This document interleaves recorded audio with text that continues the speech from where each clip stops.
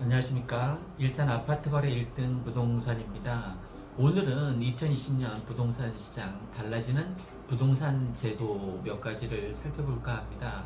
그 전에 지금 서울 같은 경우에 전세 품귀 현상이 일어나고 있다고 합니다. 물론 각 지역마다 조금씩 차이가 있습니다만 학군 수요가 좋은 대치동 같은 경우에는 38평 같은 경우 1억 5천이 올랐다고 하고요.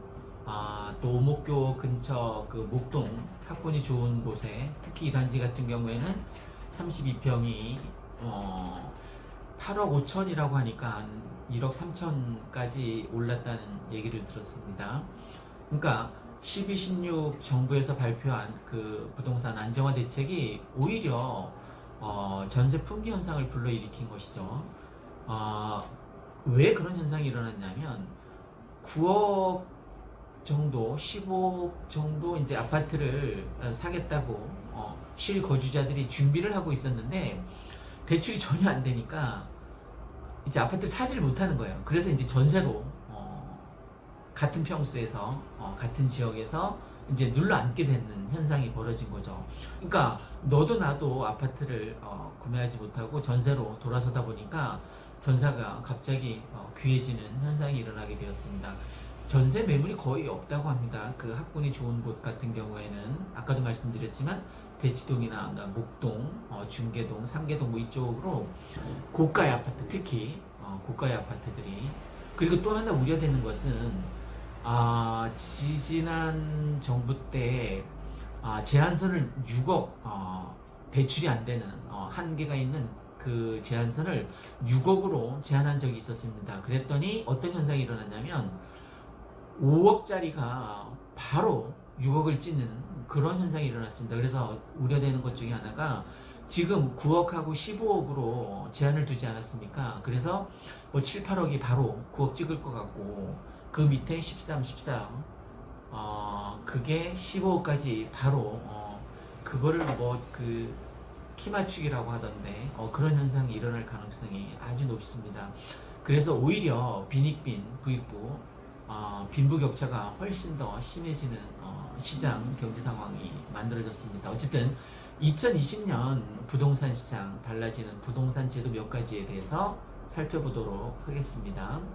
첫 번째, 주택 취득세율이 일부 변경되었습니다. 6억 초과 9억 이하 주택 매입 시 취득세율이 2%에서 취득 금액에 따라서 1.01에서 2.99% 세분화되었고 3주택 매입 4%까지 올라가는 일이 생겼습니다. 취득세율이 변경되었다라는 것.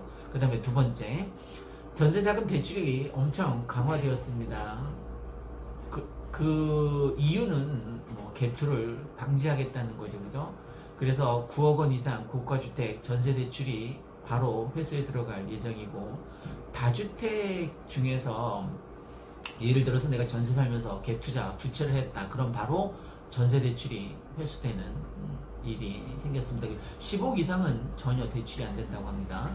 그 다음에 세 번째, 실거래가가 60일 이내 신고에서 30일 이내 신고로 바뀌었는데 이것도 실시간 시장 돌아가는 상황을 정부에서 모니터링 하겠다는 거죠. 그죠? 그래서 바로바로 대처하겠다라는 뜻이기도 합니다. 네 번째, 3월부터 투기 과열 지역 3억 이상 자금 조달 계획서를 내야 했는데 지금까지는 그랬습니다. 그런데 이게 조정 지역까지 확대되었습니다. 그러니까 투기 과열 지구에서 조정 지역까지 3억 이상 자금 조달 계획서를 내야 한답니다. 그리고 비조정 지역에서는 6억이 넘으면 자금 조달 계획서를 써야 하고, 더 나아가서 투기 과열 지구 같은 경우에 9억 이상이면 소득금액 증명원을 비롯해서 예금 잔고 증명원 등 자료를 따로 제출해야 한답니다. 그러니까 자금 조달 계획서가 보다 세분화되어서 제출해야 하는 일이 일어난 거죠. 그 다음에 다섯 번째, 4월 말 분양가 상한제가 시행이 됩니다. 그리고 초과이익 환수제도 역시 시행이 되고요. 그 결과 5년에서 10년 전매 제한도 따라오고 2년에서 3년 실거주 의무화 제도가 더 강화됩니다. 그래서 실거주자 위주로 아파트 시장을 재편하겠다는 거죠. 그 다음 6번째, 1월부터 장기 보유 특별 공제 혜택이 대폭 축소됩니다. 지금까지는 2년 이상 거주한 경우에만 1세대 1주택자 장기 보유 특별 공제가 10년 동안 최대 80% 적용이 되었는데, 만약에 실거주 2년 하지 않게 되면 1세대 1주택자라 하더라도 장기 보유 특별 공제 혜택이 엄청 축소됩니다. 그게 15년 최대 30%까지 떨어지는 것 같습니다. 7번째, 종합부동산 그 세율이 상향 조정됩니다. 9억 이상 고가주택 경우에는 0.1에서 0.8%로 상향 조정되고, 만약에 2주택자라면 세부담이 200%에서 300%로 상향 조정됩니다. 세금을 더 많이 거두어서 아파트 보유에 대한 부담을 더 높이기로 결정했다는 뜻이기도 합니다. 8번째, 공시가격 현실화율이 높아졌는데, 시세가가 9억에서 15억 미만은 70%이고요. 15억에서 30억 미만은 75%나 됩니다. 더 나아가서 30억 이상은 80%나 됩니다. 물론 일산, 우리가 사는 일산하고는 크게 상관없을 것 같습니다만, 어쨌든 아파트 가격을 결정하는 가장 큰 요인이 심리라고 하니까 지금 약간 소강 상태인 이유가 아마 사람들의 심리 때문인 것 같습니다. 매일 뉴스에서 12.16 아파트 안정화 대책을 계속 떠들어대니까 일반인들도 감히 달려들지 못하는 거죠. 더 나아가서 실수요자들도 좀 머뭇거리는 현상이 심리 때문에 나타나고 있는 요즘 추세입니다. 아마 곧 18번 정부에서 부동산 안정화 대책을 발표했는데도 계속 올랐으니까 앞으로도 시장은 오를 것 같습니다. 19번째 대책, 이제 전세 대책, 전세 상한가 뭐 이런 것들이 나올 예정입니다. 언제 나올지 모르겠지만 총선 전에 나오겠죠.